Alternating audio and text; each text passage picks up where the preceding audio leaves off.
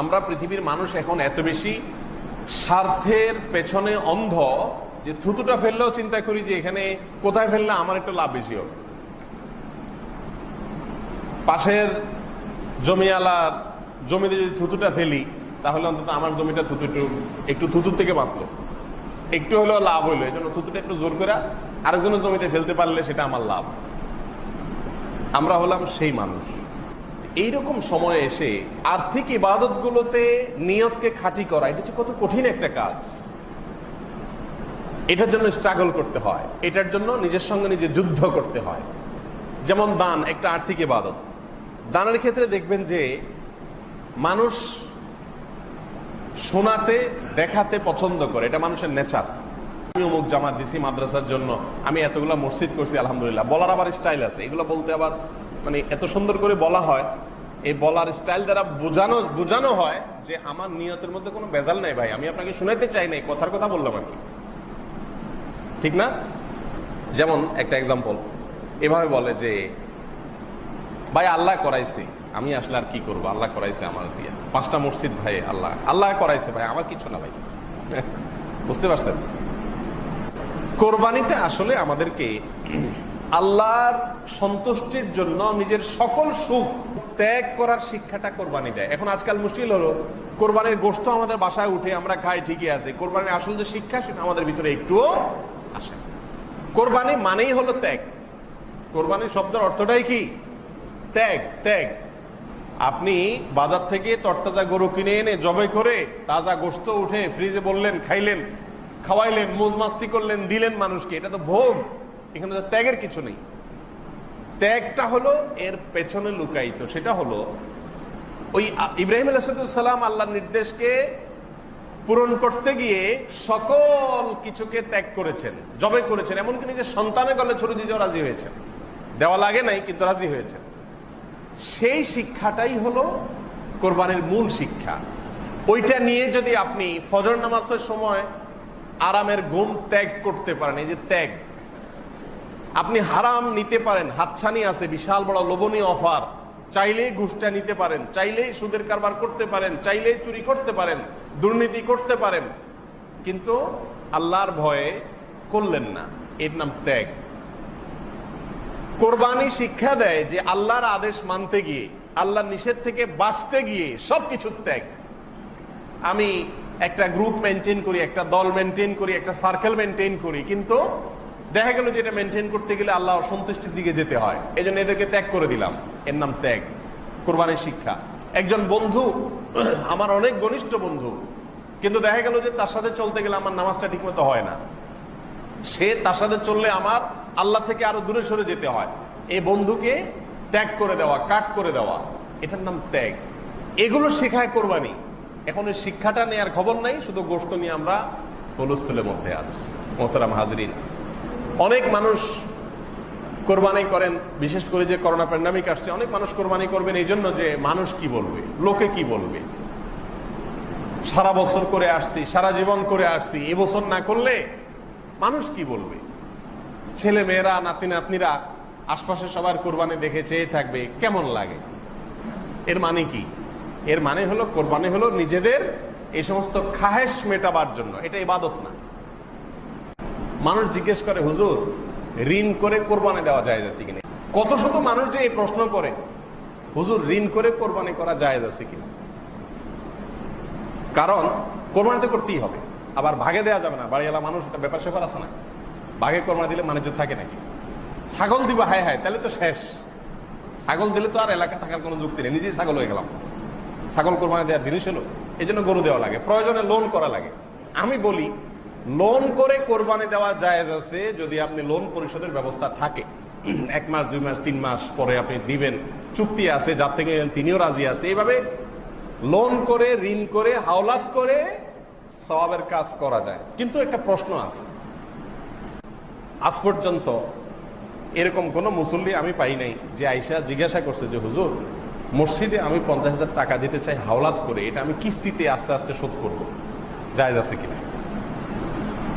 এই মুসল্লি আমি পাই নাই আজ পর্যন্ত। কথা বোঝেন নাই? তারপরে মনে করেন একজন গরিব মানুষ পাইছেন আপনার এলাকার, তাকে একটু, সে হয়তো অর্থ কষ্টে ভুগতেছে, হয়তো হাসপাতালে ভর্তি আছে, তার বিরাট বড় বিপদ, এখন তাকে হেল্প করা দরকার। এই টাইমেও কেউ এসে মাসালা জিজ্ঞাসা করে না যে হুজুর আমার এলাকার মানুষ, আমার কাছে এখন ক্যাশ টাকা নেই, আমি হাওলাত করে দেব তারে, পরে আমি বেতন থেকে মাসে কেটে কেটে হাওলাতটা পরিশোধ করবো, জায়েজ হবে কিনা। এই মাসালাও আজ পর্যন্ত আমি কারোর কাছ থেকে শুনি নাই। নিজের এলাকার কেউ বিপদে পড়লে এসে বলে হুজুর এলাকার লোক বিপদে পড়ছে, আমার তো বেশি সামর্থ্য নয়, আমি যা পারছি দিছি, আপনি কিছু দেন আর মানুষ থেকে উঠে দেন, এটা না শোনা যায় কেন? সেখানে কেন এই আগ্রহ নাই যে আমি হাওলাত করি হলো এই সওয়াবের কাজটা হুজুরে করতে দিব না, আরেকজনকে করতে দিব না, আমি জানি এটা নিডি মানুষ, এরকম পিওর জানার জায়গা আজকাল পাওয়া কঠিন হয়, আমি নিজের চোখে দেখা জিনিস, অতএব এখানকার সওয়াবটা আমি নিজের অ্যাকাউন্টে জমা করতে চাই, হাওলাত করে করতে চাই, হুজুর জায়েজ আছে কিনা, এই না জিজ্ঞেস করা দরকার ছিল। সেইখানে নাই, সব প্রশ্ন হলো কোথায়? কোরবানিতে। কারণ জানে এখানে হাওলাত করে করলেও গোস্তগুলো সব ফ্রিজে ঢুকবে, লাভটা আলটিমেটলি ঘুরে গেড়া নিজেরই হবে। ভাইয়েরা আমার, অনেক ব্যথা থেকে কথাগুলো বলা, হাসার জন্য না, আল্লাহর ওয়াস্তে এখনো কোরবানির পশু কিনেন নাই, একটু মাথাটা ঝুঁকিয়ে চিন্তা করুন, ভাবুন আপনি কোরবানি কি গোশত আহরণের জন্য করছেন, মানুষ দেখানোর জন্য করছেন, লোকে কি বলবে সেটা থেকে বাঁচার জন্য বলছেন, সামাজিকতা মাথায় রেখে করছেন, নাকি আল্লাহকে সন্তুষ্ট করার জন্য করছেন? এটা নিজেকে জিজ্ঞাসা করেন। সম্পূর্ণ জবাব, সন্তোষজনক জবাব আপনার মন থেকে আসার আগ পর্যন্ত কোরবানির স্টেপ নিয়েন না। এটাকে বলে আত্মসংগ্রাম, এটাকে বলে নিজেকে সংশোধন করা, এটাকে বলে জাহান্নামের পথ থেকে জান্নাতের রুটে আসার জন্য চেষ্টা করা, ইউটার্ন করার চেষ্টা করা। আমি অনুরোধ আজকে আপনাদেরকে রাখছি, এবং আমি প্রায় সময় বলি যে আপনার কোরবানি আল্লাহর জন্য হচ্ছে না, কয়েকটা পরীক্ষা করতে পারেন। এক নম্বর হলো, আপনি সব বছর গরু দেন, এবছর একটা ছাগল দেন, দেখেন তো আপনার মনে রাজি হয় কিনা। ছেলে মেয়ে বলবে আব্বু কি বলো, তোমার মাথা ঠিক আছে, তুমি শুধু একটা ছাগল দিবা আর কিছু না, না সাথে গরু দিবা? না, গরু টরু না, শুধু একটা ছাগল দিব মা। দেখেন পরিবারের লোকজনকে মানাইতে পারেন কিনা, বা আপনি নিজেকে মানাইতে পারেন কিনা।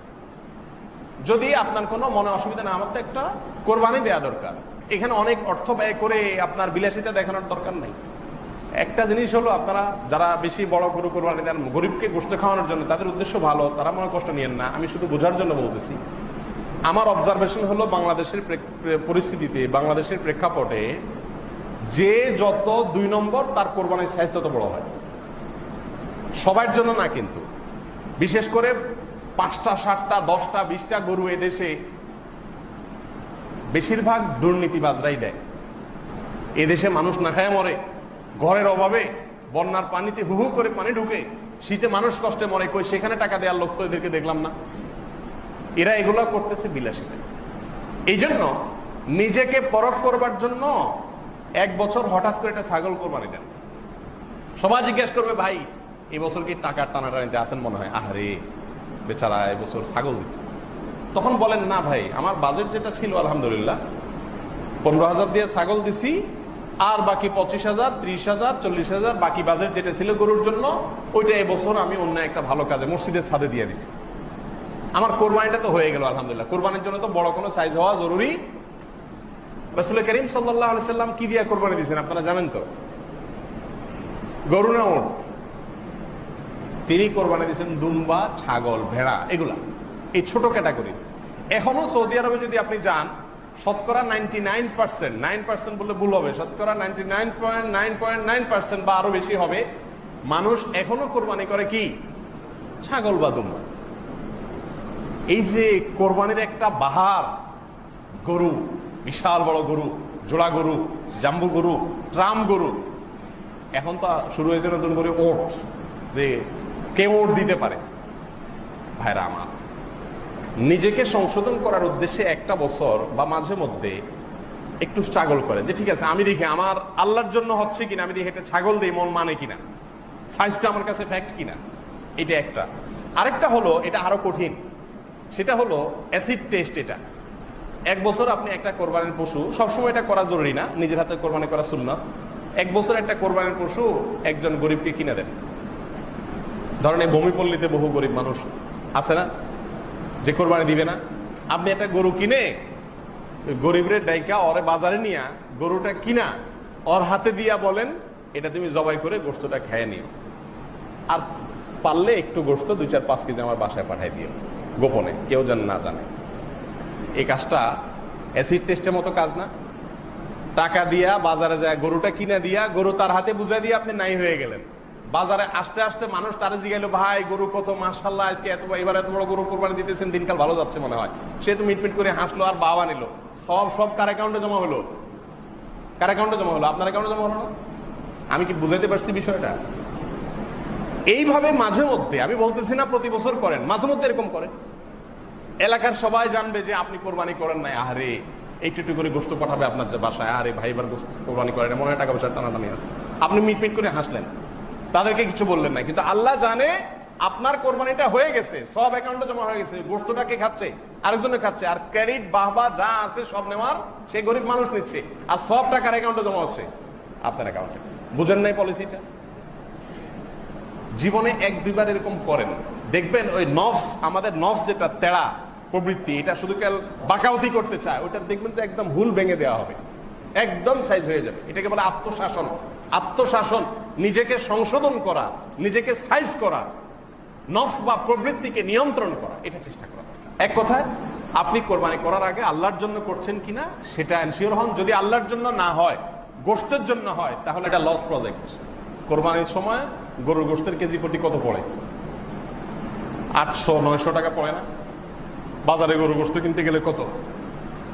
550-600 টাকা ভালো ভালো গোশত পাওয়া যায়। আল্লাহ তাআলা আমাকে, আপনাকে, আমাদের সবাইকে শুধুমাত্র এবং শুধুমাত্র আল্লাহকে সন্তুষ্ট করার জন্য কোরবানি করার তৌফিক দান করুন। এবং কোরবানির যে আসল উদ্দেশ্য, ত্যাগ, আল্লাহর আদেশ মানার জন্য যত রকমের ত্যাগের প্রয়োজন হয় সব ধরনের ত্যাগ করতে প্রস্তুত থাকা, এটি অনেক বড় চ্যালেঞ্জিং ব্যাপার, বড় চ্যালেঞ্জিং ব্যাপার। আল্লাহ তাআলা সেই ত্যাগ করার ঈমানী শক্তি, তাকওয়ার চেতনার শক্তি আমাকে, আপনাকে, আমাদের সবাইকে দান করুন।